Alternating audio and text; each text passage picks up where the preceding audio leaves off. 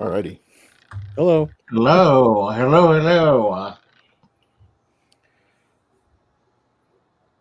We're live. Yeah. Okay, sorry. Hey, everybody. We were trying to get our technical act together, so My thank you for technical act. bearing with us for a minute. We are Castles, Capes, and Clones, and we are here to talk to you today about all things Disney, Star Wars, and Marvel. We would love it if you haven't already, to subscribe to our channel, hit the bell for notifications, and do like this post. Go take a minute and smash that like button for us, as we would love that. I am here with my cohorts, my cousin and co-pilot Rich, and our friend Thom. How are you guys doing? Grand. Not bad. Good. Question really is, how are you doing? 'Cause Yes. you've been I know, absent these yes. past couple I weeks. have had health issues, and I'm doing much better. Good. That's good. I just had been it was like my batteries ran out, and I just couldn't deal, and it was hard, and I was slurring my speech, and um, anyway, I feel much better. I'm able to stay up longer, and so I'm happy to be back. And we're glad to have you back. We are very happy to have you back. Yes, and I'm excited because next week I'm going to be at Disneyland. So I won't be on I won't be on our live next week. But I don't think any of us will be live. No, we're doing something different. Yeah. Well, Well, if we can time it well, we'll do something at the park next Wednesday. And if I can edit it together quick enough, I'll play it. I'll put it up on the channel in lieu of the live stream. So it'll be like this somewhere in the park. We'll probably talk about stuff. Yeah. But it won't be live. Yeah. So, yeah. Sounds good to me. I just wanted to say hi to all the people out there. Let's see. Hi, DC. Hi, Cammie. Hi, Karen. Hi, Allie and Pete. And hi, Danielle and Ben. How are you guys doing? And Ginger. Hi, Ginger. Oh, and this is Minnie, by the way. This is Minnie girl, because we have someone pointed out she's staying with me for a few days. Didn't you have a dog with you at some point? Me? Weren't you? I do remember we did. Or was it another cat? Like you were house sitting or pet sitting. Oh yes, yeah, I was. My girlfriend and I were pet sitting, just this last Saturday. Okay. And that was a dog. That was a little cute, golden golden retriever named Oliver. How'd that go? It was. I was pretty much the only one doing anything, because he's a baby, so he has all that crazed energy, and the only way to do that is to match their energy, which is what I did the entire time. I feel like I would have liked to see that. Yeah. No, I'm an animal lover, so I can't help it. Yeah. Hi, Robin Mel as well out there. Okay, well, let's go ahead and start. We're going to be wanting to talk about the Book of Boba Fett at the end. So, if for anybody who hasn't seen it and are worried about spoilers, we won't be talking about it until the end, and I'll make sure that you know that we're going to be talking about spoilers. Yeah, it's something we started last week. It made kind of little sense because I remember someone saying like, "Oh, I haven't seen it," and it's easier to just do it at the end so we can. We'll be sure to give more warning because again, this is an episode you can't talk about without spoiling the heck out of it. Yeah, right, definitely. Well, hi, Nicholas. How are you? Thanks for coming. Hello. All right, so I want to get through this quickly, all of the other news, so we can talk about the Book of Boba Fett because it was so good. All right, so there is a vaccine mandate for Disneyland cast members. It's going to be set for April 11th, which brings in the question: is that the return of shows and parades? Hopefully, I mean, they do I'm parades, hoping. but I'm like guys. I know they're getting ready for Fantasmic. I know they're getting ready for World of Color. So I'm wondering. I was wondering, if it's if that's gonna be the date we're gonna get some of those things back, or even like the Hyperion's been empty forever, Yeah. And all those kind of things. So I'm wondering, that's an interesting question about the Hyperion because they have overtaken the queue area with the dining area for Avengers Campus. And that's a critical dining area right there because Pym's Test Kitchen doesn't have a big dining area. No, it's really small. Yeah, it's very small. Yeah. And it's going to be very interesting to see what they do with that whole area, or if they reroute the queue somewhere else. Yeah, somewhere else, because they're going to have to do something. Yeah, it'd be interesting how they, because like, I mean, the other alternative is they close that down, but there's there's like a space there that needs to be utilized for something. Mm-hmm.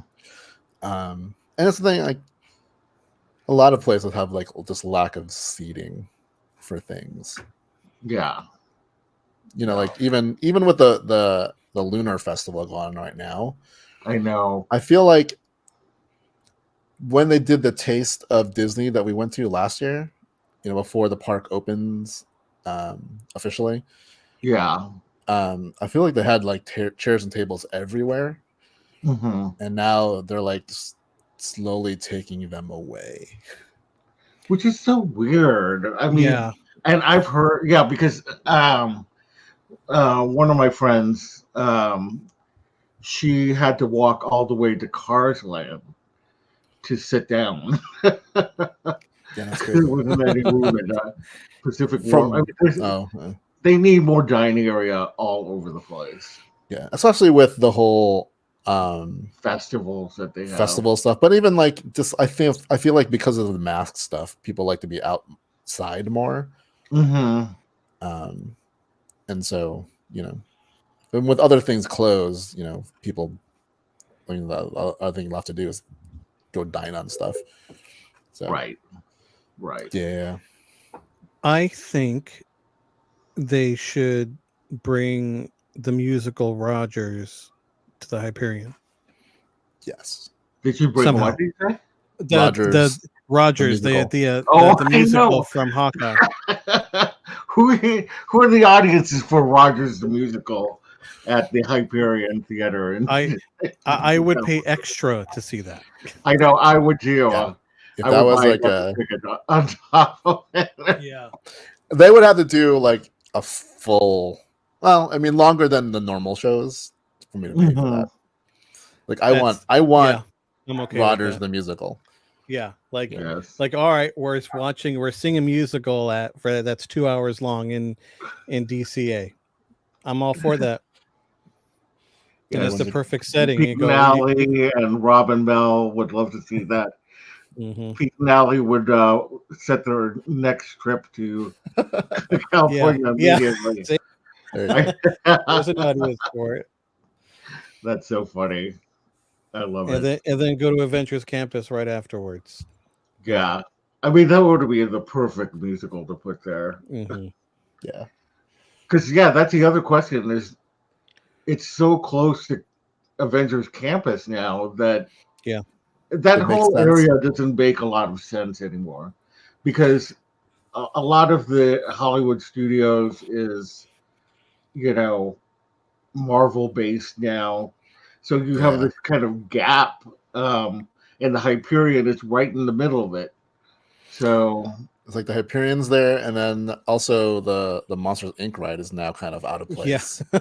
I'd be okay, honestly, at this point, if all of that area, like that Hollywood studio area, minus obviously Buena Vista Street, it was just expanded this Avengers campus all the way there, and just kind of keep the theater there, but kind of, update it to, just so it's all Avengers, everything related. So I don't see it at this point. I don't see why not, because I do love Buena Vista Street, so they need to not touch that.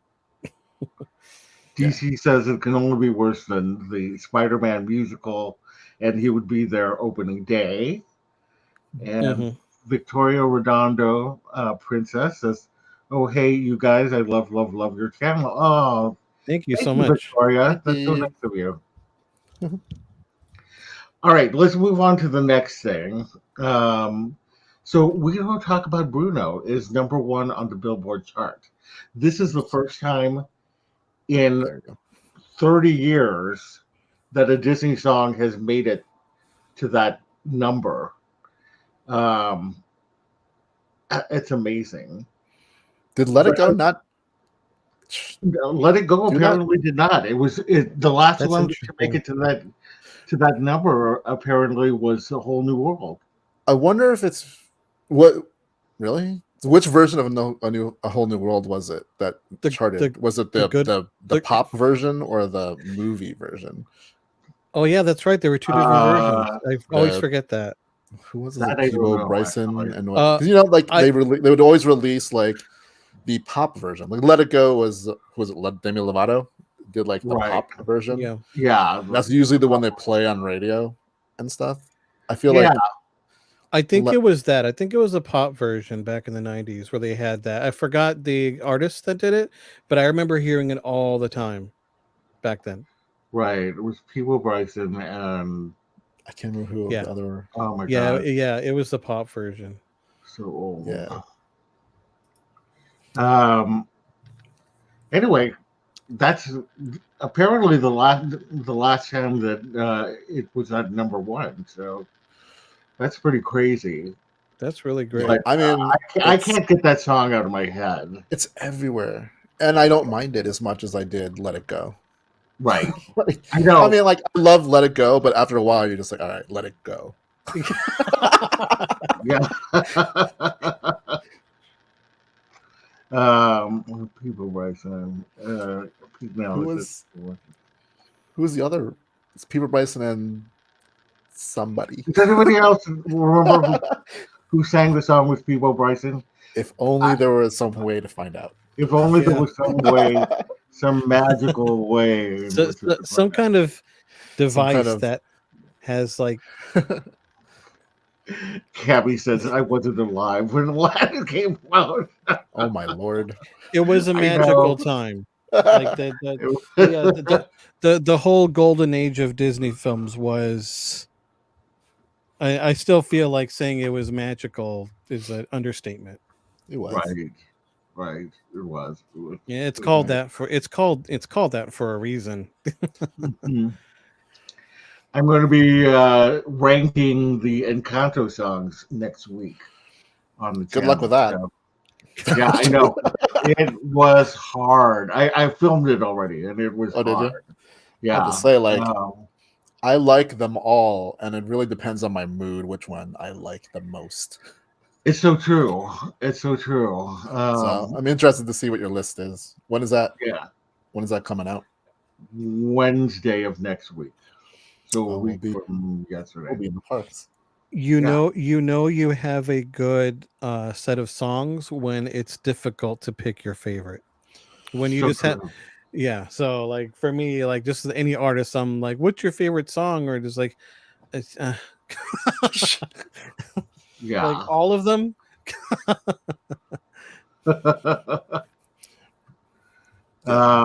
Let's see. DC says that he grew up with all the movies from the 90s, and the Melick said the same. And DC says, I can tell you, Loren, we may have to disagree on your order. Fight, Interesting. fight. Yeah, fight. The Pressure song hits it deeply. Yes, it does.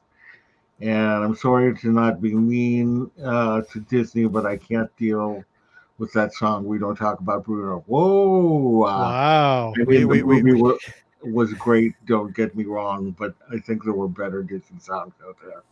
Interesting. Yeah, everybody has their own taste, so I mean, there's nothing wrong with that. It's Regina Bell, thank you. By the way, on the whole new world. So Peebo Bryson and thank you. Wow, thank you for that.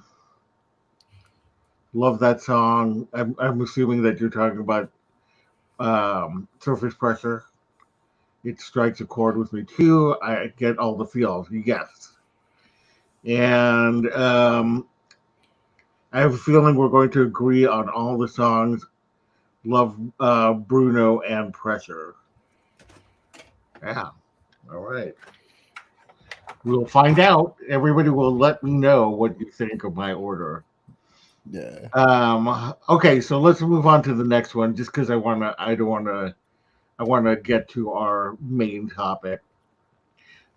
Super Bowl commercials coming out. What is that? February 13th, you said? Yep. February 13th, Super Bowl.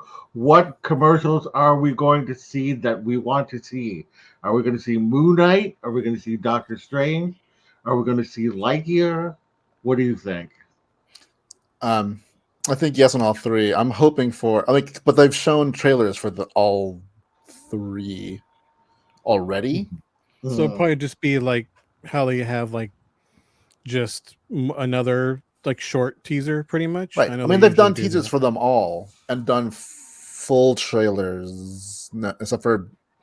Did they do a full trailer? I like your cat's tail.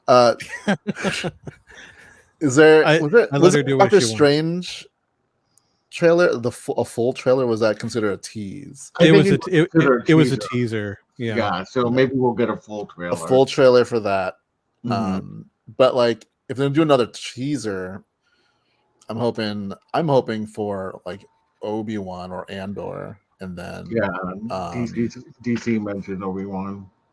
Yeah, or on the Marvel side, Ms. Marvel or She-Hulk. She-Hulk. Yeah, I don't know if they. I mean, they could. I don't think we're gonna be getting Obi-Wan until probably May 4th feels appropriate. Mm-hmm. True. Right. Hopefully. I mean, like a teaser. Hopefully, we'll get something from Obi-Wan soon. Yeah, like it's weird that like Marvel, also being secretive about a lot of stuff, but they tend to tease a lot of their stuff pretty early. Right? I like the tail in front of It's our fourth guest here. Yes. She's helping. This is mesmerizing. Yeah. I would love a new Moon Knight trailer. Like, I would love. I kind of want to see more Moon Knight, but then I don't. Like, I'd like to wait until the show, but since they did tease him, I kind of want to see more.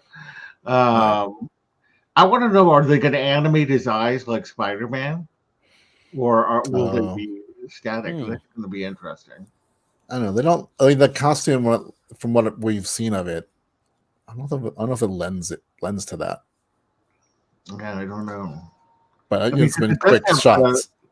It does have the Spider-Man-esque eyes. Yeah. So. Yeah, if it like blinks and all that, I would assume they'd have to do something like that. Yeah. Yeah, I feel the thing about the Super Bowl though is that all that airtime and commercial time is expensive. So usually most companies do short bursts, so 30 seconds. So we might not even get a full Doctor Strange trailer, or they're going to blow a lot of money on that.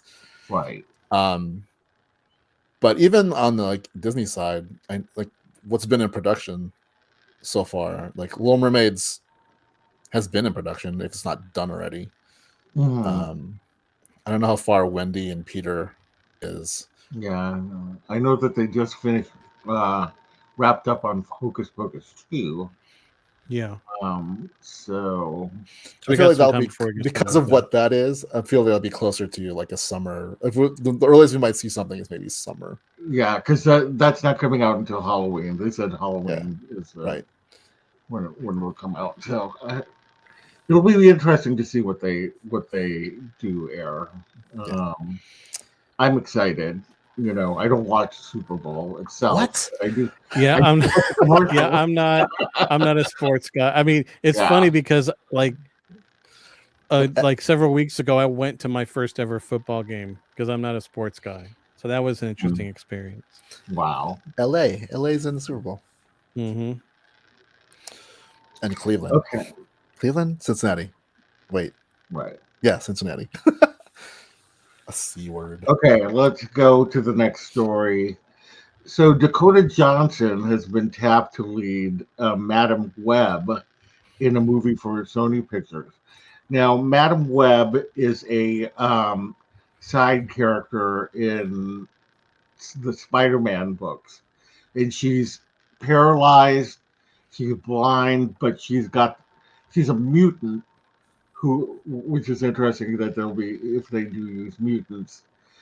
She's a mutant who can see the future and the past, and she's helped Spider-Man on many levels. She's called Madam Web not because she has spider powers, but she has a life support apparatus that looks like a web, and she sits in this chair.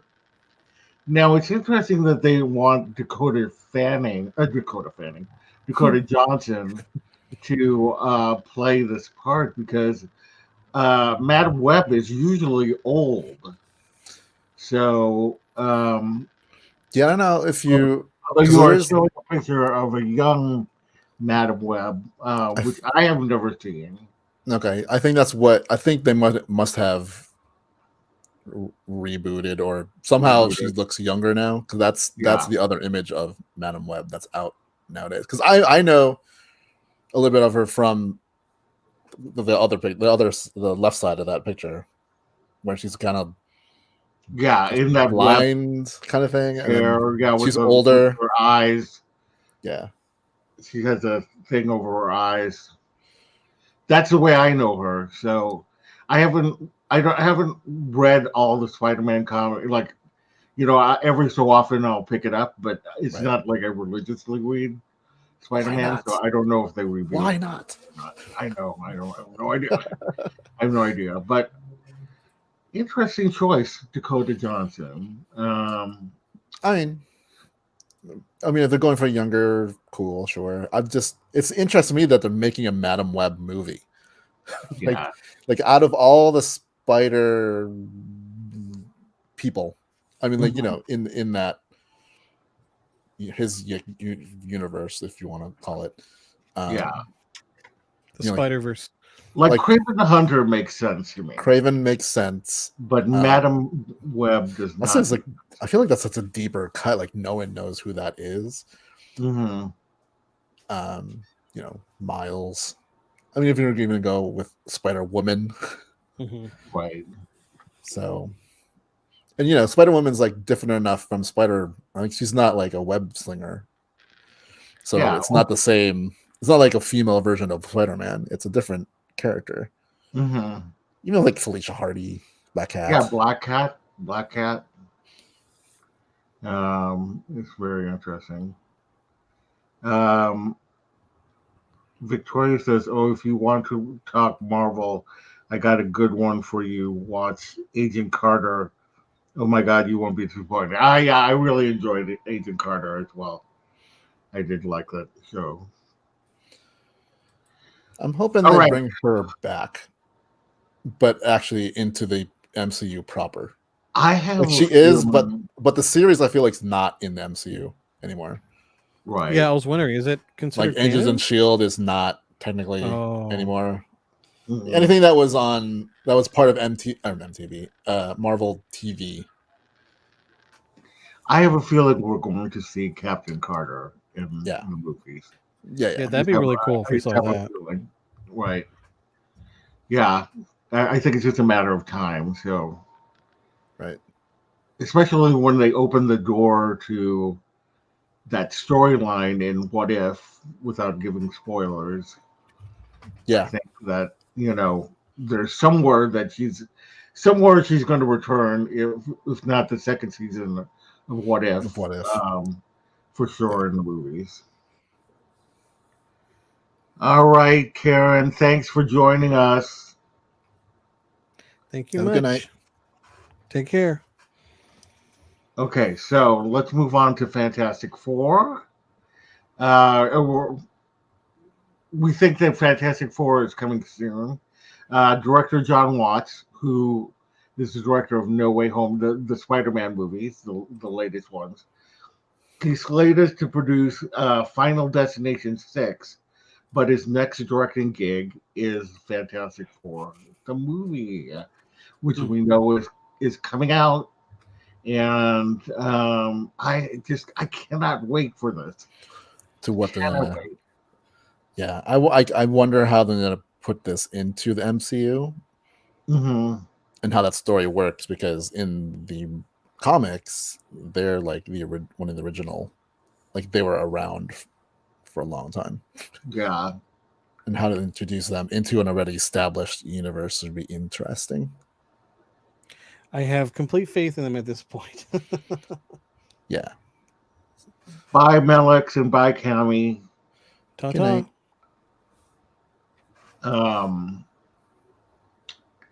Yes, I think that it's going to be. I really hope that. I really want. Oh my God! Why is his name not coming to my head? John Krasinski. Thank you. I was like Krakowski was coming to my head. John Krasinski and Emily Blunt. Those are my number one choices for Reed Richards and Invisible Woman. Sue Storm. Sue Storm. Yeah. We'll see. Yeah. Like the casting from Marvel has been pretty good so far. So whoever they get, it'll be what it needs. It'll be fitting. Yeah. So. All right, and the last piece of news we have before Boba Fett is that Bryce Dallas Howard will direct an episode of Mando season 3.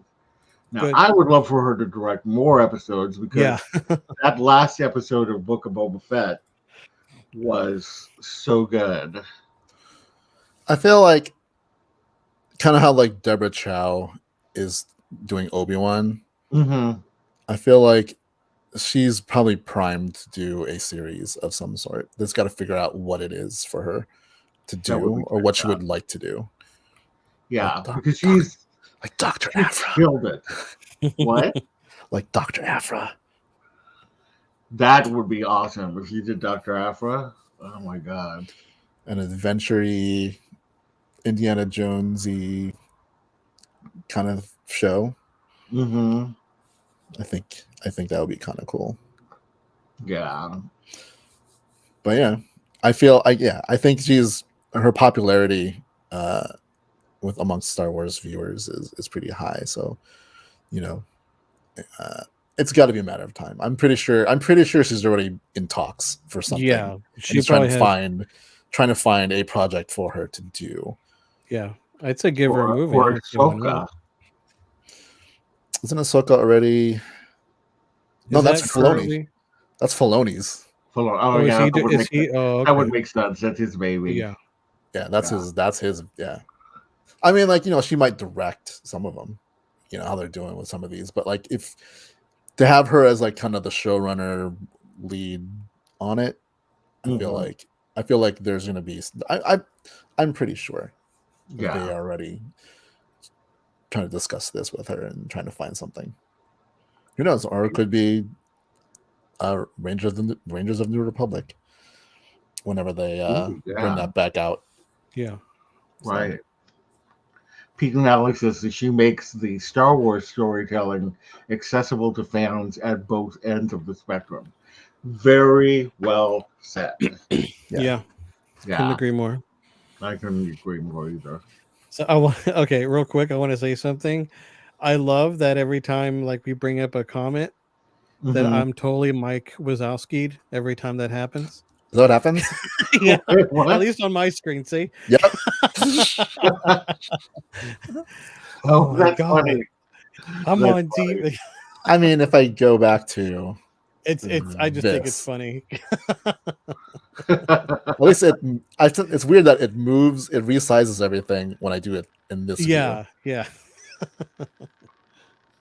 Yeah. I couldn't help but say that.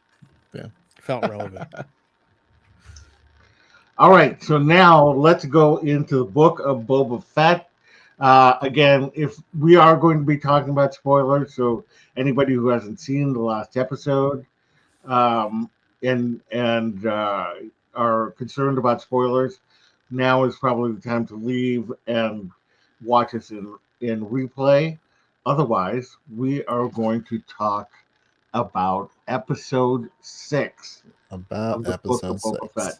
And I'm going to hand this over to Cousin Rich to lead us in this discussion. Yeah, so episode 6, directed by Dave Filoni, which, the jump ahead, like a character popped up that I didn't even think would be in Boba Fett. But because it's Dave Filoni, it's almost like in hindsight, of course Ahsoka's gonna be in it. Right. But it was like totally an unexpected surprise, right?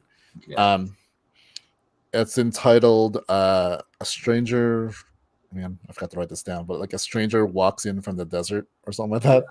Yeah, something like that. Yeah. So let's start with a quick kind of reaction thoughts on it, like a 1-2 sentence kind of thing, because we'll dive into a little bit later. But like, let's start with Loren. What's your really quick reaction review kind of deal? Incredible. That's my review. Incredible. There you go. Tom. It's a perfect reminder of why we love Star Wars. Right. Yeah. Mine would be OMG dead. Yeah. That's a good one for it. I mean, I have more to say, but well, like you said, we'll get into it. Right. We'll get into the nitty-gritty.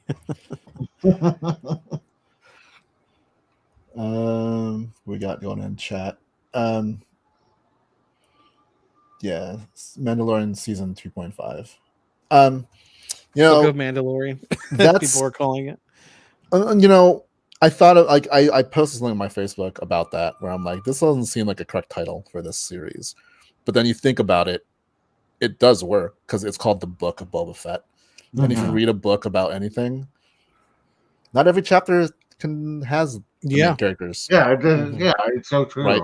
So if you look at this as chapters in his book, a book telling the story of Boba Fett's journey from Sarlacc to whatever is going to happen.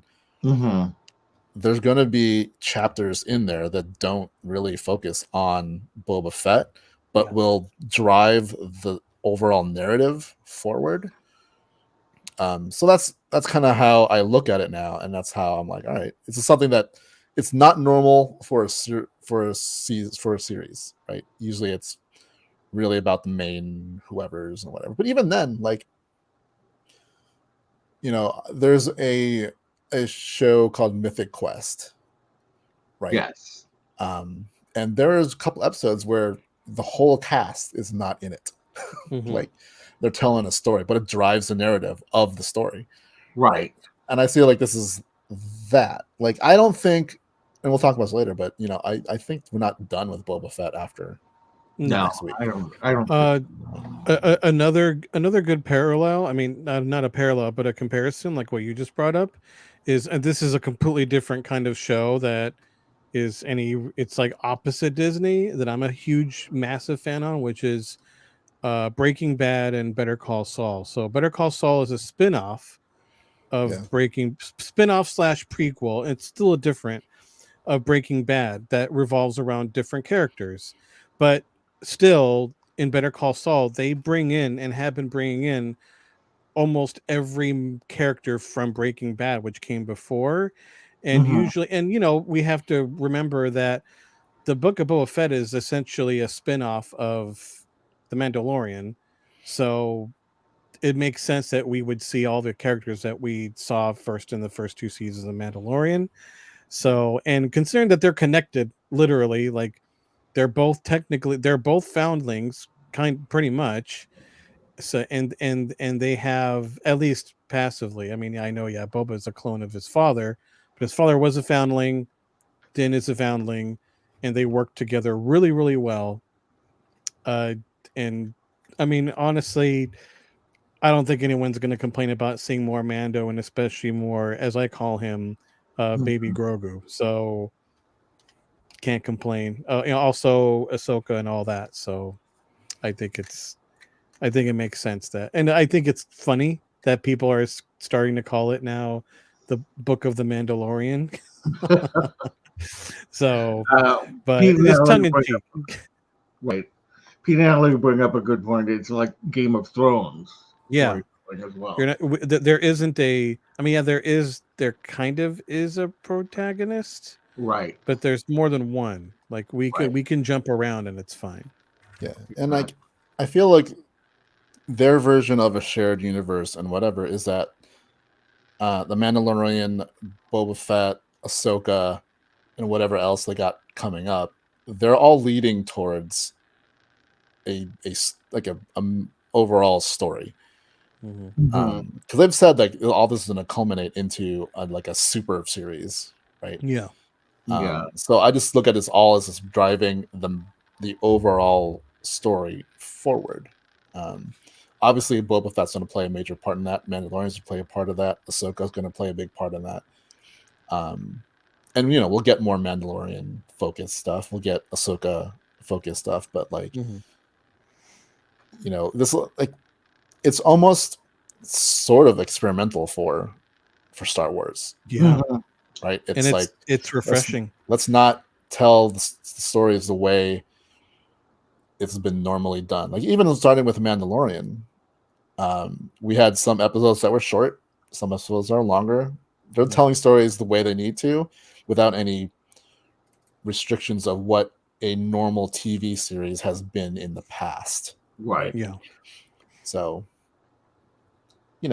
I get some of the criticisms about that, but hey, man, we got 2 episodes with a lot of stuff that are considered like probably some of the best Star Wars since the movies, the original. Yeah, since the original tell. Since Battle for Endor. Just kidding. All right. So what was your favorite part, Tom? If you had to pick one part. One part. Okay, so it just popped in my head. Yeah. And this is based off of what happens in the next episode. If they show this, they could leave us on a cliffhanger and not show us where. So, okay, I'll just tell you. So, top of my head, the very last scene where Luke is giving Grogu the choice of his chainmail or Yoda's lightsaber. And the reason for that is having to do with old man Luke in The Last Jedi, which is Luke essentially explained to Rey that the Jedi need to end because they were very arrogant in the height of their power, which, as we know, led to Anakin turning to the dark side. And Anakin's biggest struggles in the prequels was that conflict of his personal connections and the Jedi, which he was already getting more and more shaky about as time went on. But that ended up, his training is what led to his downfall, at least one of the things, a big thing. And Luke, I feel, and I think we could all feel this way, by the end of Return of the Jedi, learned that there could be a balance between the two, between having a personal connection and that dedication to being a Jedi Knight or a Jedi Master in this case, because it was that balance that helped everyone succeed. I feel like if he went that kind of old Jedi way of no attachments, I don't think he would have succeeded. He had the support of his sister, of Han, of everyone, the rebellion, pretty much. So I feel like that's my and I'm kind of trying to predict what's going to happen with Grogu. I think that Grogu is going to not be able to choose, and this would be a lesson for him via Luke, and explaining that it's important to have that balance of attachment, which can either hinder or help you. And in Luke's case, when he was, before all this, it helped him. So I think and again, it reminded me of Old Man Luke, which you guys know, Luke is, one of my heroes, and Old Man Luke in Return and The Last Jedi just made me love him that much more, because he was in a very, very dark place emotionally and mentally, and he was able to overcome that and save the day one last time. So I feel like this is the beginning stages, perhaps, of Luke's newer vision of what a newer Jedi Order could stand for. I know, long-winded, but that's the first thing that popped in my head. If I gunned to my head, that'd be it. That last moment. Again, this is all depending on where it goes. So interesting. Yeah, we're gonna talk about this a little bit later, but yeah, I kind of disagree with you. You kind of disagree about what this means and what it is. Okay. But anyway, what's your favorite part, Loren? First, I just want to say that Pete and Alex say that they are working to bring these characters into the power vacuum created by the fall of the Empire. The crime syndicate are obviously filling the vacuum, especially in the Outer Rim. And Luke basically wants Grogu to forget about his father figure, Luke, the Jedi, whose whole journey was about redeeming his own father. True. Yes, I'll also disagree with that, and then we'll get into that later. Anyway, yeah, I'm so curious. Okay, we'll get into that. So my favorite part. Okay, go ahead. I was going to talk about the crime syndicate and just kind of answer what that's what's happening. There are 5 major crime syndicates, and if you read like the War of the Bounty Hunters and all that kind of stuff, that all plays out in there also. Anyway, the comics, like the War of the Bounty Hunters, all that kind of stuff. There's stories in the comics that are telling this story about pretty much all the crime syndicates, and that's where Kira from Solo is featured prominently. Gotcha. So my favorite part actually was when Cad Bane lifts his head up and you see his eyes, and I was literally like, yes, yes, yes, yes. A very close second for me. Yeah, that was a very emotional, because that whole scene where we see him in the distance and we're like, who is that? Who is that? And then you kind of make him out little by little, and then at one point you're like, oh my God, that's Cad Bane. And then him lifting his head up and seeing his eyes was just everything. And he looked so good. So that was my favorite part. How about you, Rich? Nice. My favorite part was seeing Luke and Ahsoka in a scene together. Yes, that was. And her line, much like your father, or something, whatever she says. it just like is a question, when she's popped up in The Mandalorian is she's around, Luke is around. She's had to have heard of Luke Skywalker, right? The person, the myth of the person who blew up the Death Star. Yeah.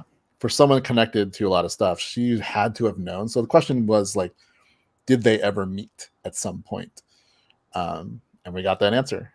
And like, I didn't know we'd ever get that answer until maybe Ahsoka, the series. So that's why her appearance was pleasantly surprising, and to get to see interaction between, and not just like, Ahsoka could have been like, oh yeah, I met Master Luke Skywalker a little bit ago, whatever, and we could have been told off screen or whatever. Yeah, we got to see them interact.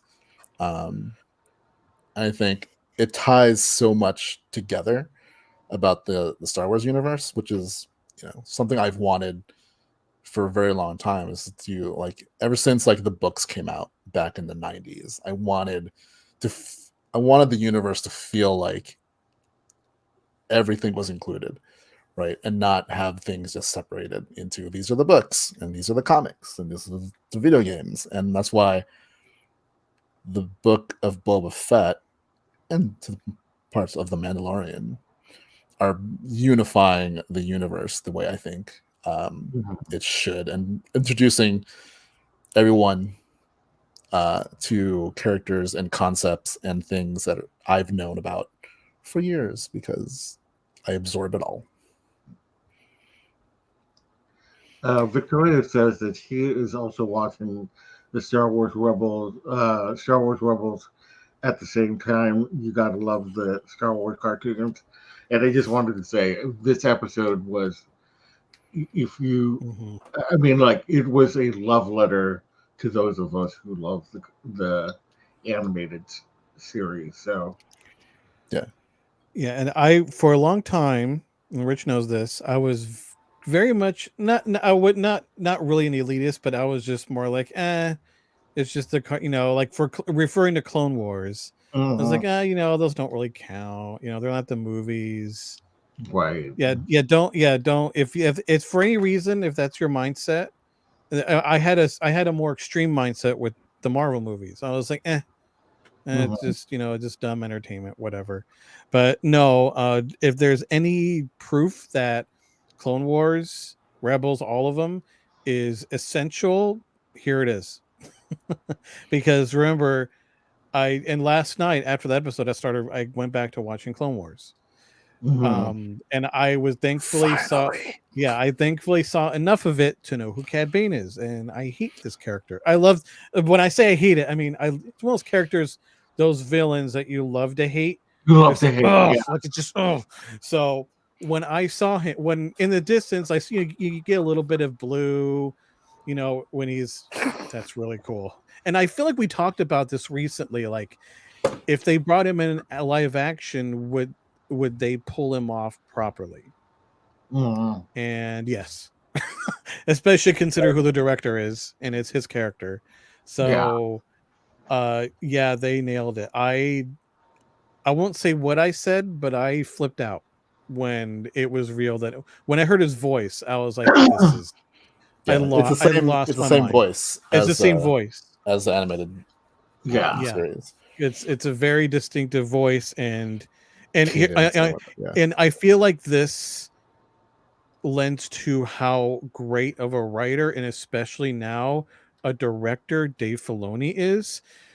So my girlfriend and her family, they watch The Mandalorian, and they have zero knowledge of the Clone Wars whatsoever. They've just watched the movies and The Mandalorian and now Boba Fett.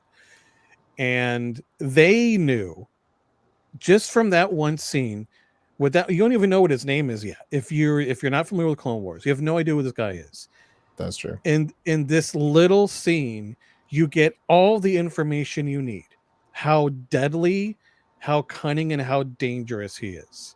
And this is a character you need to watch out for. Like, you get all of that information just from this one scene.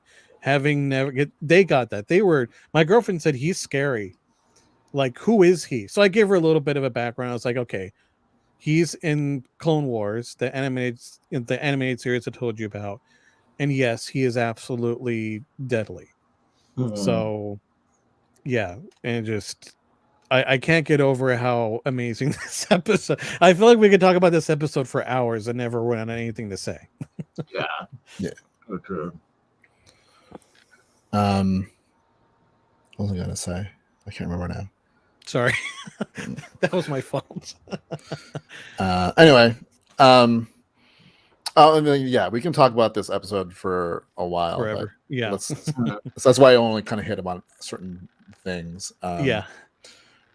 And the kind of like to kind of jump on what you said about Cad Bane being dangerous. I think the establishment of Cobb Vanth as a gunslinger in this episode in the beginning told you also, like, it helped inform just how dangerous Cad Bane is, because you see Cobb Vanth be the gunslinging marshal and take care of other things, and quick draw and everything, and then you see someone who is better than him, right? And it kind of establishes just how dangerous Cad Bane is. But like, I Cobb Vanth is a character from the books, right? Who was introduced in The Mandalorian season 2. And I love, like, he's almost like like, if you told me who you would cast as Cobb Vanth, a marshal in Star Wars, you couldn't get anyone better. Timothy Olyphantastic. I'm telling you, like, I mean, like Justified and Deadwood, obviously. So it kind of fits, but I mean, there's no one I don't think that could have played Cobb Vanth. I was very happy to see him again, and then I was upset that Bane shot him. And I will say, I know it had to be done. It had to be done. I understand, but I was like, you know what I want more than anything right now? I want Din to kill Bane really bad. I want Mando to kill him really bad. It's probably not going to happen. I don't think he's very cunning. I don't know. It's just my love hate for this character since he showed up in Clone Wars. No. I mean, I don't think Cobb Vanth is dead.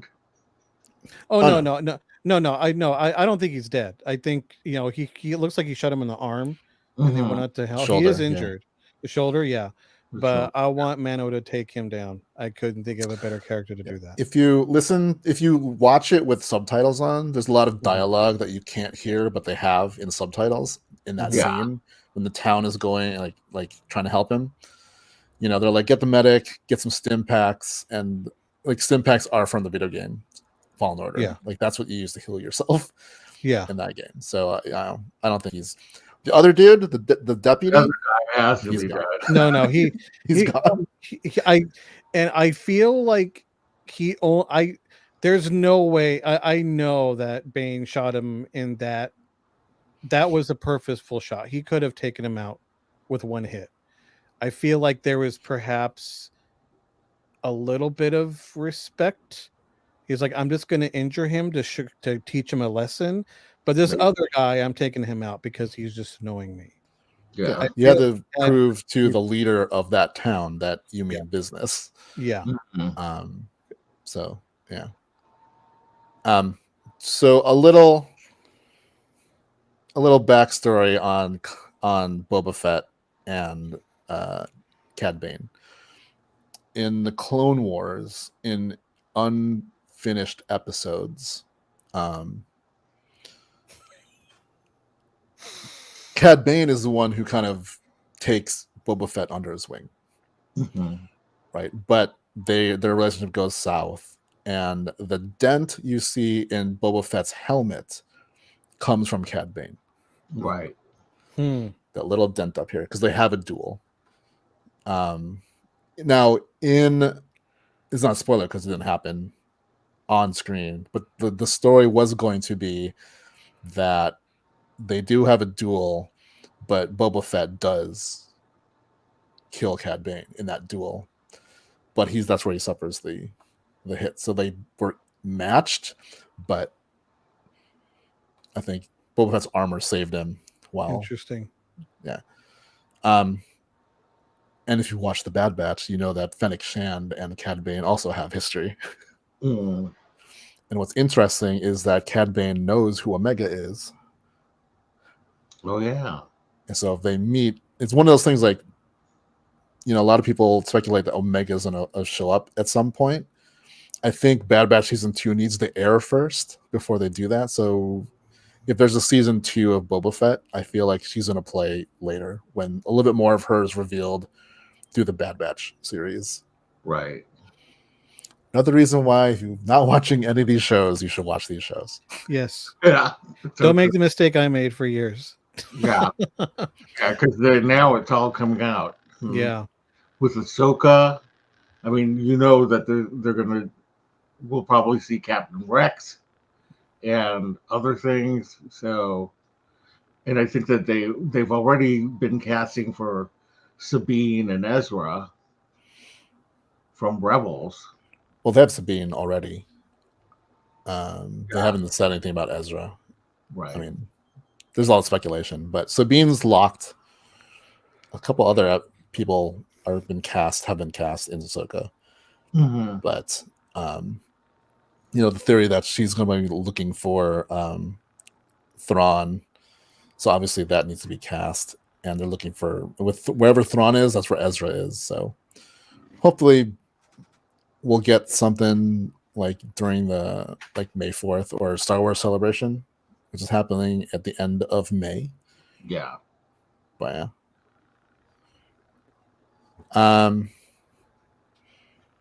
So speaking of Luke from before, obviously we got way more of Luke than we did in the last season of Mandalorian.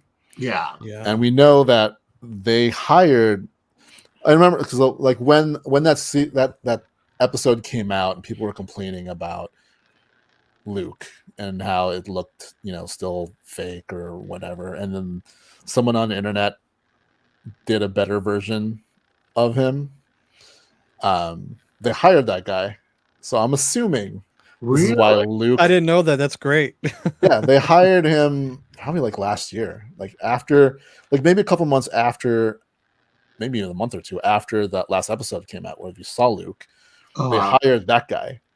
So I'm assuming this is why, to me, Luke looks 95%. Yeah. There's still a little bit of the thing, but I was looking at 80s Luke Skywalker. I mean, I really thought that was there. Yeah. They're the like you said, 90-95%. I'm like, that's Luke. That's young Luke. Yeah. It's crazy. Ripped off the screen from Return of the Jedi. He's definitely way better than Tarkin. He's definitely way better than I think Leia was in Rogue One. Yeah. I mean, that's how many years ago? So it's just getting better. And I think whatever they did with Mark, because he was there, we can also assume that the same actor who portrayed him in Mandalorian was there, because he was the other fighter pilot in 2 episodes ago, or 1 episode, last episode. The one who's not Appa from Kim's Convenience. That's the double for Luke. So I totally forget where I was going with that. But anyway, so they hired that guy and he looks amazing. I can still tell there's something about the eyes are still not there. It's hard to capture, I guess, an actual soul is what I would say about people's eyes. You can kind of see their soul through their eyes, and I think because it's not an actual whatever, they still have trouble trying to capture life in the eyes. But other than that, if you told the average person who didn't know who Luke was or doesn't know that that's an old character, they probably wouldn't have flinched. Yeah, I mean, No. I guess I really just suspend disbelief very easily because I don't really think about these things. That I Yeah. thought he looked good in The Mandalorian, but I did think that he looked better here. And Pete Nally said that the de-aging of his voice was also neat. Yeah, I'm assuming they kind of did what they did last time. It was where they took Mark now and kind of mixed it with Mark from interviews, all that kind of thing. So they got his voice de-aged. Yeah, like if you see this picture, like if you just saw this picture, yeah, it was fantastic. It looks amazing. Yeah, like I couldn't. I'd be like, oh, this is from Return of the Jedi, right? And there we go. Yeah, so. It's a cut scene from Return of the Jedi. Yeah, so it makes me wonder if we're going to see more of Luke. Like I don't want him to take any kind of like front seat to anything, but like in the story of Grogu and Ahsoka, I feel like he needs to appear again, at least once more. Yeah. But yeah, I think it's kind of cool. Now I want to see what they could do with Leia, because she looked good in Rogue One, but not great. Yeah, there's still a weirdness about it. Yeah. But like I said, they got the guy who made it look better. Yeah. So maybe they can do something. Even if they went back kind of and did a George Lucas and improved it in Rise of Skywalker, and then they're like, all right, we improved it, so here. Yeah, that would be awesome. You know how like George Lucas made Yoda a little bit better looking in the prequels. Yeah. At some point, and he looked at Jabba and did that too. So like, it's not out of the realm. We might get an improved version of Leia in both Rogue One and Rise of Skywalker. I think that'd be kind of cool. And even like maybe Tarkin, do another pass and make it look even better. But we'll see how that is. I know I talked about Cad Bane, but let's talk about like actually bringing him to life. Like this is, if anyone doesn't know, this is what Cad Bane looks like from the animated series, right? Yeah. This is a species called Duros, who we saw a little bit in the Cantina in New Hope. I saw like it's because the internet being the internet, people were complaining about the shade of blue he is and his hat. Because of course they are too much. Seriously, people complain. But like, I think he looks scarier. Yeah, he does. He's scarier, and then he needs to be scarier. And okay, here's the way I see it. Like, I think it's funny that people are complaining about how he looks. Again, I don't get that, but in general, I mean, the director of this episode and the co-writer of this episode is literally the guy that made this character. I think he knows what he's doing. Yeah. Plus, this is how many years after we see him in the Clone Wars? And we're talking like 20, 25 years, maybe 30 years. So who knows? Maybe they lose pigmentation. And then people who are like complaining about his hat. I'm like, it works in animation because everything's exaggerated. You don't have to deal with cloth and gravity. Yeah. And I think if they did it here and made it that big and floppy, it would just look ridiculous. Yeah, it would just like blow in the wind.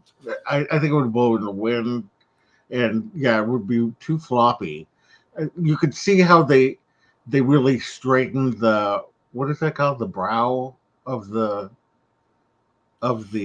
hat. The rim of that, right? Yeah. And just so that it wouldn't flop around. Yeah. I just think that he looks fantastic. I mean, like I said, this was my favorite part was the way when they revealed him. I don't care about his skin color. I don't care about his hat.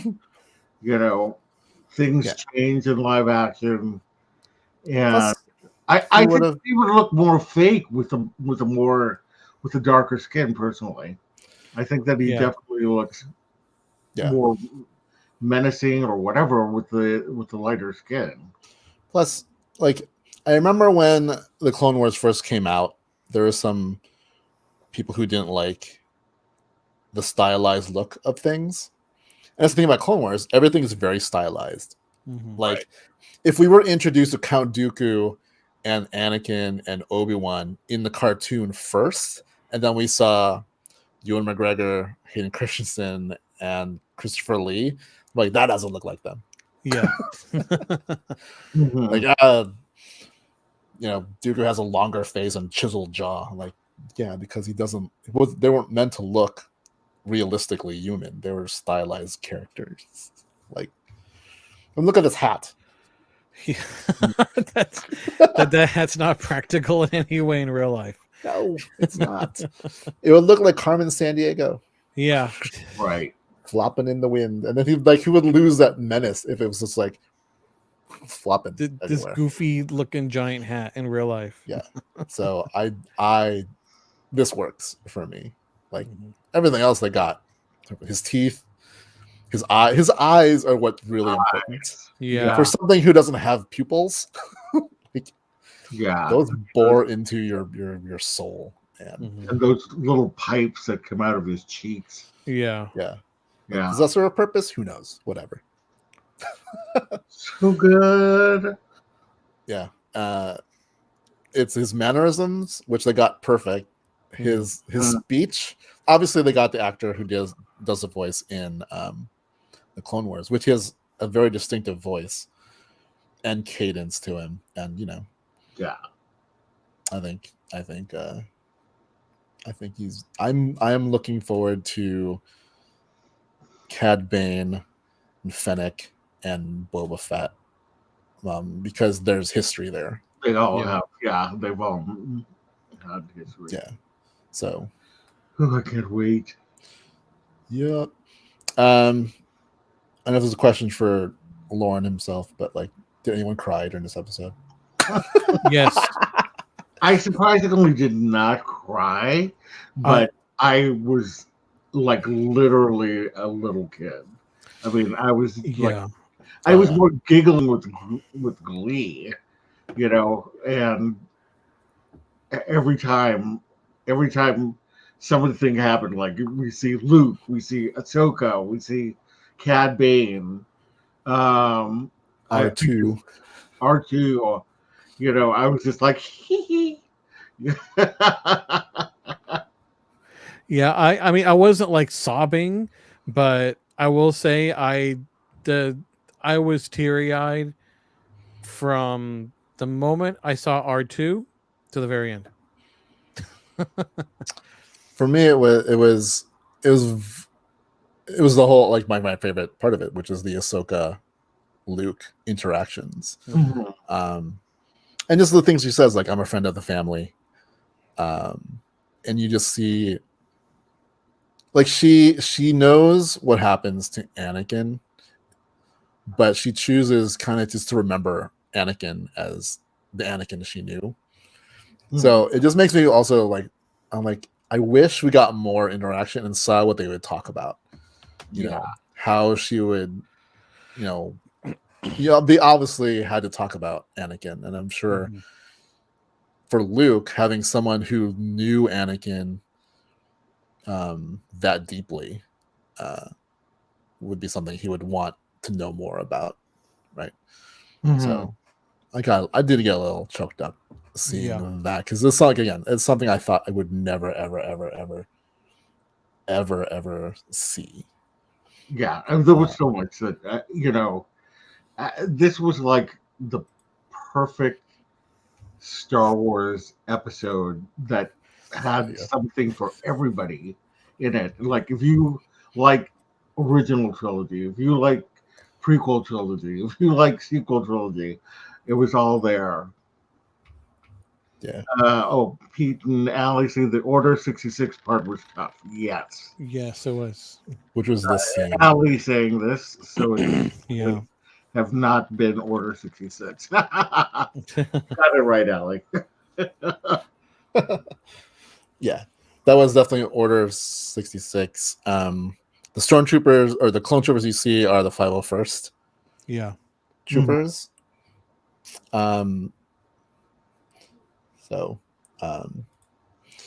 What's interesting, what people have caught, is that hallway that they're going down has like I don't know if they call them apartments or like dorm rooms or whatever, but you can see the same symbol that's outside of Barriss Offee's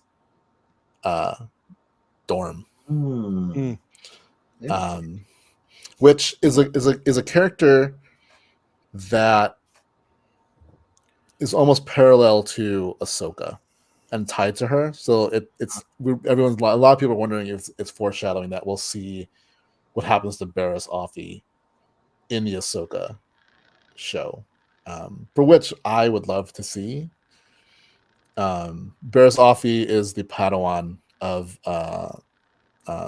Luminara.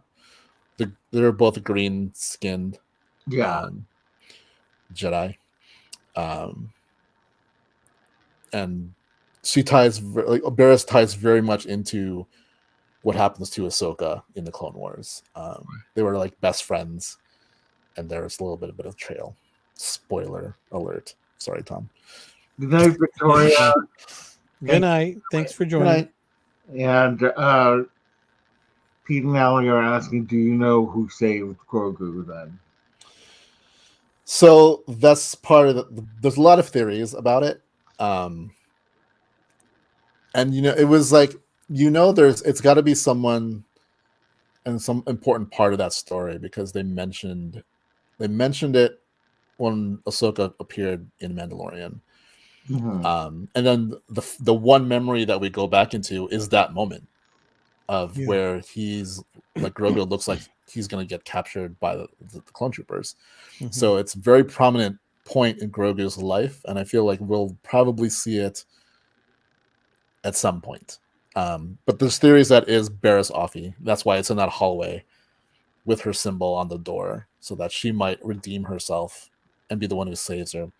Then there's the crazy ones that are like, it's Mace Windu that appears, because who doesn't want Sam Jackson back? But I don't know about that. Handless, just going like, I will save you. I will save you, Grogu. Or it could be another Jedi we don't know about, but I feel like it might be someone we know but doesn't end up surviving or whatever, because I think we can't have too many more Jedi that are alive during Return of the Jedi. Yeah. Right. So it would have to be, they had to be in hiding, obviously, for a long time. So yeah. And then like, as much the more there are out there, the more like Yoda being like, the last of the Jedi you are. Is like, sure about that, little guy? Yeah. But yeah. And we kind of touched on it. There are some controversial things. I kind of talk like, this is where the whole Luke choice thing comes into play. There's a lot of people complaining that, they don't know Luke because Luke would have learned from the mistakes made by his father, and that it's stupid that he's making Grogu choose between being a Mandalorian and a Jedi. But the clues are kind of in that conversation he has with Ahsoka. It's like, what do I do with this person? So it's more about giving Grogu the choice of what he wants to do. Doesn't necessarily mean he's not going to get both pieces. But it's like, where is it? Because so like, he feels like his heart's not in it, and you can't train half-assed, right? Yeah. So he needs to have a commitment to it. And those people are like, that's not what Luke would have been like. Attachments are fine. And like, would it? Because who is his teachers? Like, where would he have learned that?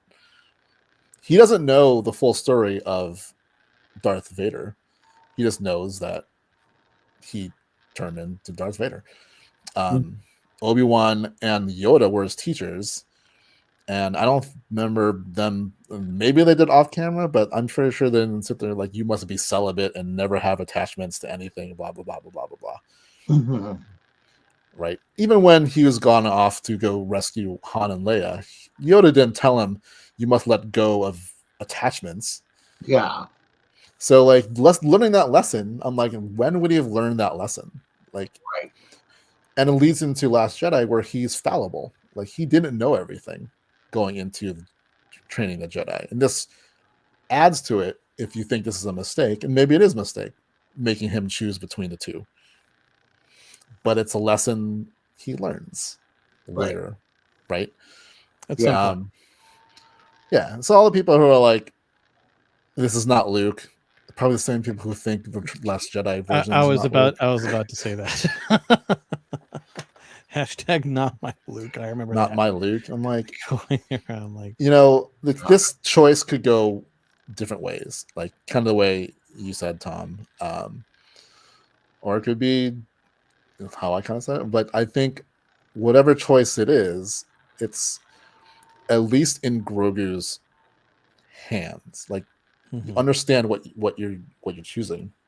You can go and be with essentially your father and live that life and do whatever, or commit to doing this, you know. And you know, he does things like he shows Grogu like, look what I can do if you are one with the Force and whatever. Like, instead of lifting this one frog out of the lake, here's a feast of frogs for you, right? And even in the training, Luke to Ahsoka was like, I feel like he's just remembering more than I'm training him, right? So it's not like he's totally training him.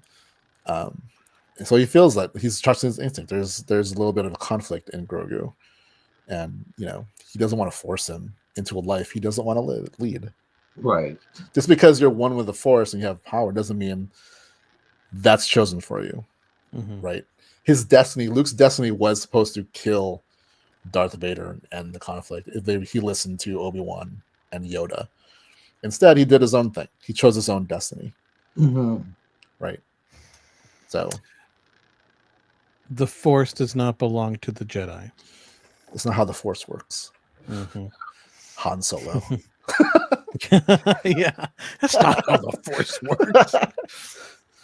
But yeah, you have any thoughts on that whole blah blah blah blah blah? It make both. I could see it going both ways, and because I mean, obviously, what I said earlier about my theory is where we're going is I'm willing to say that Luke hasn't learned that lesson yet. We're still pretty early on. The events of Last Jedi take place almost 30 years after the events of Return of the Jedi. Yeah. So we got some time for him. You can learn and change your mind about something that has been vital and crucial to your life within a week. So you could change your mind quickly. Yeah. So whether he has learned that yet, because I do agree with Old Man Luke when he has that little spiel with Rey on the island, like at the height of the power the Jedi allowed. You know, it was a Jedi that essentially caused, Anakin to fall, because they were just kind of full of themselves. As much as I love the Jedi, I mean, I am pro dark side, but that's just me. but either way, going either way would make perfect sense. Yeah, like I feel like he's gonna get probably both those items. Yeah, right. This is obviously a lesson. No matter which direction it goes, I wouldn't be surprised if he gets both of those things. Yeah. I mean, it could be as simple as the lesson is know yourself. Yeah. Like if he chooses the chainmail, then he knows, and Grogu knows, that his heart is with the Mandalorian and not with learning this stuff. But Mhm.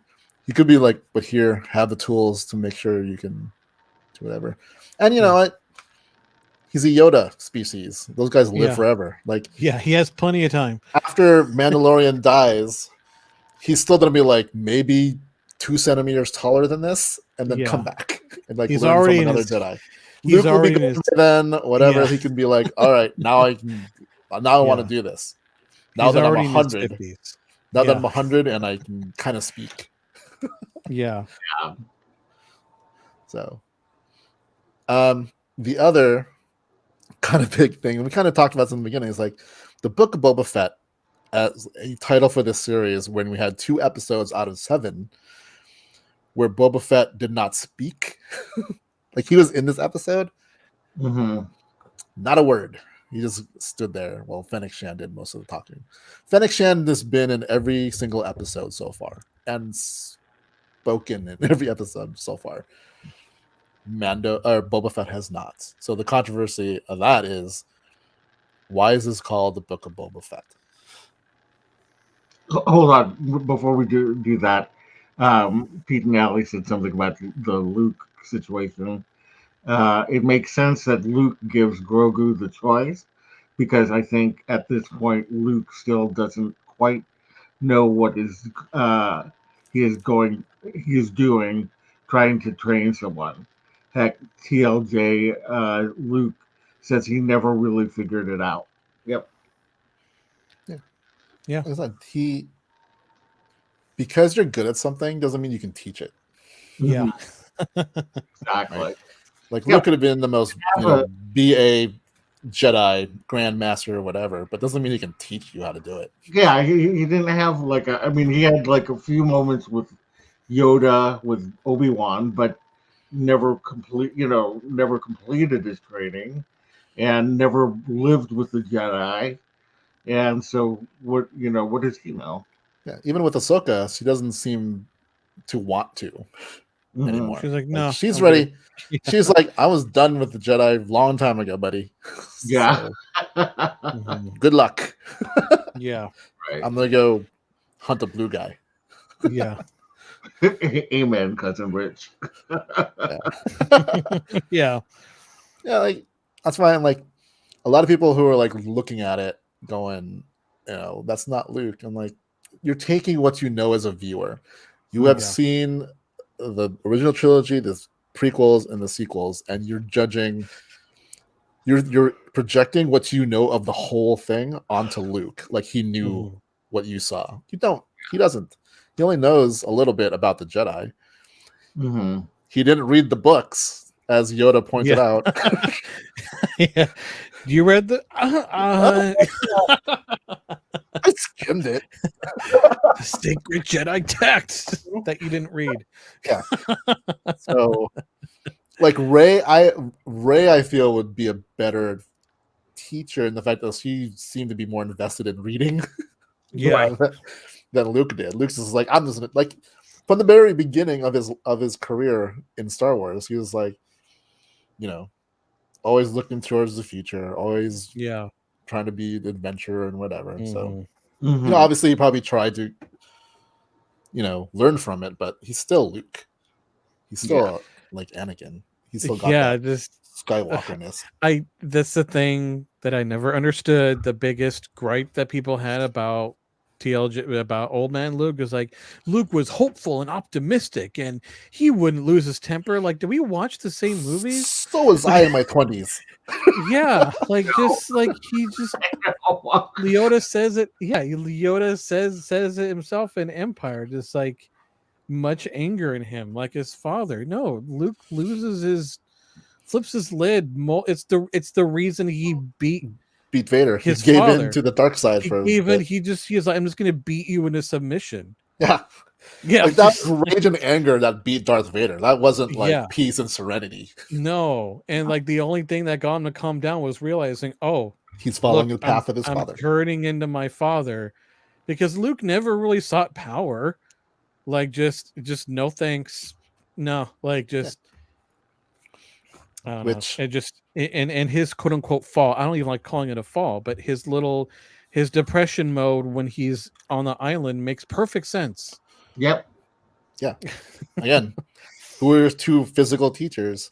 Yeah. Yoda, who went seclusion, and Obi-Wan, who also went into seclusion. So yeah. What lesson are you going to learn? Which brings us back to the Book of Boba Fett. So Luke, kind of realizing that he's becoming his father, which brought him back. We see the same thing in Boba. Like, you know, the flashbacks on him thinking about his father and his life on Kamino and the end that Jango Fett had. He's basically becoming his father, and does he want to do that? Right. Which I think what this journey is. I think Boba Fett, in whatever grand scheme, is meant for something bigger. Like maybe he is the one who will take Tatooine into a better future, you know, by rejecting the way his father did and trying to, maybe even the Crime Lord thing, that's the only thing he knows might work. And nothing he knows, so he's trying it, and obviously he's bad at it. So, you know, it's a journey for him. If he was super good at being a crime lord in episode 1, there's no journey. He needs to learn his lessons. He needs to form his bonds and whatever. And I think that's what the Book of Boba Fett is going to do. But it takes a cast of characters to do that with him and to help him along, and that is why we have an episode basically moving the Mandalorian forward so he can be there for Boba Fett, and then an episode where, well, 2 episodes where the Mandalorian needs to come to terms with what's going on, and then go to Boba Fett. Melissa. How are you? Hello. Greetings. Thanks for joining us. Yeah. All right, let's wrap this up a little bit. And what do you feel? There's one more episode in this season. I know. And we haven't seen or really been with Boba Fett for 2 of them. Do you think everything's going to be resolved in one more episode? Like the major bits, like the whole Pike Syndicate war. Do you think we're going to fight that in one episode, or is this going to be there's going to be, you know, a climactic battle, but a cliffhanger? Yeah. I feel like it'll be one of those, like, we won the battle, but we still have a war to fight. I think it'll be something like that, if anything. I think so too. I think there's going to be a cliffhanger at the end of Book of Boba Fett. Yeah. And some kind of announcement that there's going to be a second season. I'm hoping. I think that's gotta happen. I think though, another lesson he might have to learn is there's going to be some kind of sacrifice. And I don't know who that's going to be. I'm scared. I'm scared, to say the least. You know what I mean? Like, to raise the stakes a little bit for him. But you know, who knows? Maybe not. Do we think, like, we've kind of talked about it, like Cobb Vanth, none of us think he's dead, but do we think there'll be any more characters coming into play at the end of this season? That's going to be a good question, because will there be more bounty hunters that we'll see, you know, that were part of Boba Fett's troop, you know, Bosk and Dengar, and again, like, there's a lot of them from Boba Fett's early days of trying to be a bounty hunter when he was a kid. Or no, because we learned from Woody Harrelson that Woody Harrelson killed Aurra Singh before the events. That's right. Spoiler alert. That's right. I forgot that he did. On the reverse end of that, Cad Bane also is a bounty hunter, so he might also have some bounty hunters, some help them. I never got, like, who knows what Forlom is doing, or IG-88. or I'm trying to think from the Clone Wars who the other bounty hunters were that might be Ember. less than. I feel like though he was a little bit more light-hearted, Yeah, like than or Zen. Yeah. But who knows? I mean, maybe we'll see him. I can't wait. Yeah, I mean, there's also the again rumor that Kira might show up at some point because she is a major player in the crime syndicates. Imagine if she showed up at the end of in episode 7. Yeah, but I feel like then that would be crazy. I know. Which again, I didn't think Ahsoka would show up. I didn't think we'd have a whole episode of Luke. So yeah, anything can happen in these things. Yeah. Yes, Kira. To answer this question, so Kira, in the comics, she is the head of the Crimson Dawn, and these stories take place around the time of Return of the Jedi. I don't know, like I don't think they've talked about where she ends up afterwards. I think that's still going on, but she is part of she's a leader of the Crimson Dawn, and she has stuff going on. Yeah, that's why it's one of those things. Like they're building her up in the comics. You know, Emilia Clarke is now in the Marvel universe. She's going to be in Secret Invasion. Yeah. And there's a lot of cross pollination between Marvel and Star Wars. Yeah. so Yep. Who knows? Bestie, hi Bestie, how are you? Hello. And greetings. that she found out almost 2 weeks ago that Mando's name was Din Djarin. She's the biggest Mandalorian fake fan. I mean, it could be easy to miss. Because no one calls him Din Djarin much anyway. Like even in the episodes, they're like, "This is the Mandalorian." They still call him Mando. They still call him Mando, even though like he's not the only Mandalorian. But you know.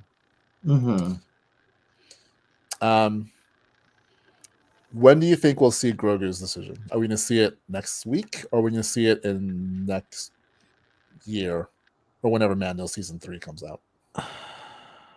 I think it's going to be Mando season 3. Yeah, like I want to say next week, but part of me has this hunch that we're going to have to wait. Yeah. There's a lot of people are like, maybe he'll make the decision, and then at the end he'll like Luke will bring him to Mandalorian, and then Luke will be there to save the day. But I'm like, they can't do that twice. They can't have Luke sweep in and clean up the mess. No. Again. Like, as much as I would love to see Luke show up in an X-Wing again and, do something, if they can't do it twice, right? And it would feel weird. I mean, would it be fun? Yes. Yeah, but it would feel weird. Fun. Yeah. Right. So we're going to leave with one last question for the both of you. Okay. And that is Max Rebo dead? Rebo. We don't see him there. He is loved. We didn't see him. Exactly. They made it a point. We did not see Max Rebo in the last episode. And usually when he's playing, they'll show him prominently. Yeah. Mm-hmm. But they focus more on the droid drummer and the Biff. Yeah. Who we don't know if it's Figure and Dan or not. I think he was working another gig. And I feel like he wasn't there. He was just like, I'm sick today. I don't feel good. And I want it now to be a running thing in Star Wars where Max Rebo is playing at some gig for a while, and that thing gets blown up, but he just magically is not there. Yeah, and he just keeps surviving all these. All of this is really called Star Wars: The Diary of Max Rebo. And he's just telling all these stories. Because he was there for all of it, and he just missed the parts where the bad stuff happened. Mm-hmm. Melissa says that Brittany enlightened her on Mando's real name and that her husband didn't know his name, so it felt good to drop some knowledge on him. Yeah. There you go. Booyah! Yeah, well, that happened with my girlfriend the last episode. I was just saying Din Djarin. She's like, "Who's that?" I'm like, "That's his real name." I mean, granted, like you said, Rich, like they only really say his name in the series like what, twice, maybe 3 times. And it's such a strange name that you might It's not really get quick. that that's his name. Yeah, Yeah. but it is a very Star Warsy name too. So Pete and Alex said that Book is of Max Rebo. Book of Max I'm Rebo. telling you. Yeah, Like he's like every time you see Max Rebo show up, you're like, oh, that place is getting blown up. yeah. And he'll be magically sick, or he's like magically the puppet master of everything. He's like, check this out. Right, exactly. It's his like piano keyboard thing is like that musical instrument from Masters of the Universe. Yeah. Oh, that's right. I remember that. Waldorf plays, whatever that thing did. It leads to the multiverse of Star Wars. He just disappears. And Jamie can't wait till May 4th for the Mandalorian swap he's hosting, which I am part of, Jamie. So, yay.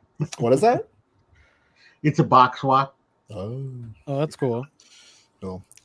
Speaking of May 4th, I'm going to Star Wars Night on May 4th. And I've just reserved my park reservation for May 4th. So I will be there all day and all night. So very cool. I'll be very tired, but whatever. It'll be worth it. I am debating. So my original plan was to make a Rebel pilot outfit. Mm-hmm. But now I'm like, or do I want to do a gunslinger Star Wars outfit? Ooh. That'd be cool. If I had the ability a hat. There you go. If I had the money and the ability to, and if I was going, I would dress as my character, IV0 from when we were doing the role playing thing. But I don't even know how that'd be possible. I don't know how to do that. Though I remember seeing a really good General Grievous. Yes. So maybe. Like I remember I saw that. Like where the person is hidden in his cloak. Yeah. Like it was really, really well done. That was crazy. I'm like, what the? People are so imaginative.